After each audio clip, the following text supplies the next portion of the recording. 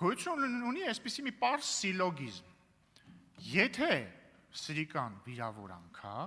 ապա Էդգար Ղազարյանը պիտի ներողություն խնդրի։ Եթե սրիկան վիրավորանք չի, ուրեմն լրիվ նորմալ է, որ Էդգար Ղազարյանին, ըստ Էդգար Ղազարյանի, անվանեն սրիկա։ Դա սիլոգիզմ է,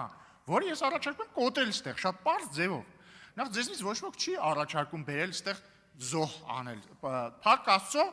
պարոն Ղազարյանը սփխեցի ուլ չի, որ բերենք ստեղ մորթենք։ Բայց առաջարկվում է անել պարզ բան։ Հնչելա վիրավորանք, թող ներողություն խնդրի վիրավորանքի համար, ինչն է ստեղ անհասկանալի, լրություն, ես իհարկե խոստանում եմ, որ մեր մոտից եթե ինչ-որ մեկը մեկին վիրավորի, ես եմ հորդորելու գա ներողություն խնդրի, այսինքն ինչ է, այդ որ օրվանից ներողություն սխալի համար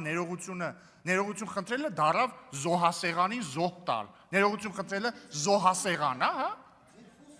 Մեր խոսույթը դա չի, մեր խոսույթը հետևյալ է, եթե դուք մերպես համարում եք, որ սրիկա բառը վիրավորանք է,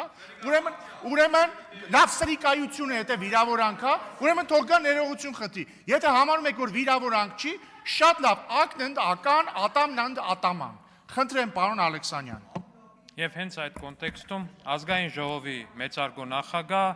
հարգելի գործընկերներ, հայ զինվորների մահը կամեցող սրիկա, Պարոն Վարդևանյան, դուք լրիվ արդարացնում եք ձեր հեղինակությունը որպես այդպիսին։